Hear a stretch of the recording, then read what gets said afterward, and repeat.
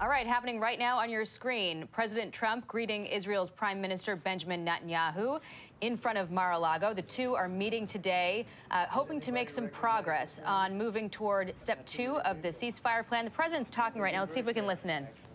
For last 3 days. President Trump, are you going to have a green light for another attack in Iran?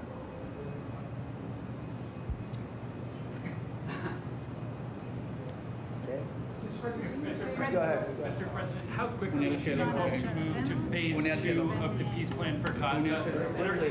As quickly as we can, but there has to be a disarmament, that we have to disarm with Hamas. So one of the things we'll talk about, certainly, but there has to be a disarming of Hamas.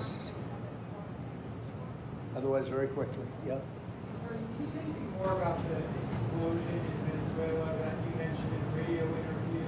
Did the military do that? Can you share any more details about Well, it doesn't matter, but there was a major explosion in the dock area where they load the boats up with drugs.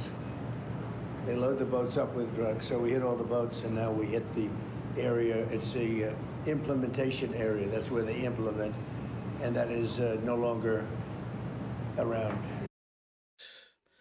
What's up, everyone? Welcome to the video. So I'm just doing a reaction here to Netanyahu coming to Mar-a-Lago to meet with Trump. Trump's been very busy, greeting and entertaining these world leaders, trying to bring peace and different wars, and just taking on, the responsibility on his back. As the leader of the free world, to try to put out a lot of fires that's out here in the world, a lot of chaos here.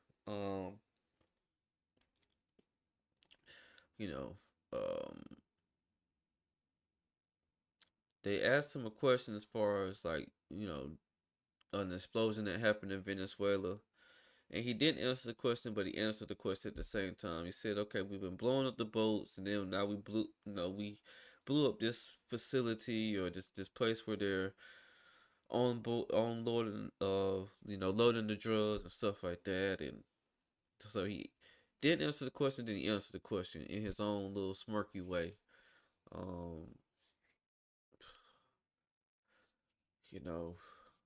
If Trump had his way, we would be able to go into Venezuela, get the bad actors out, and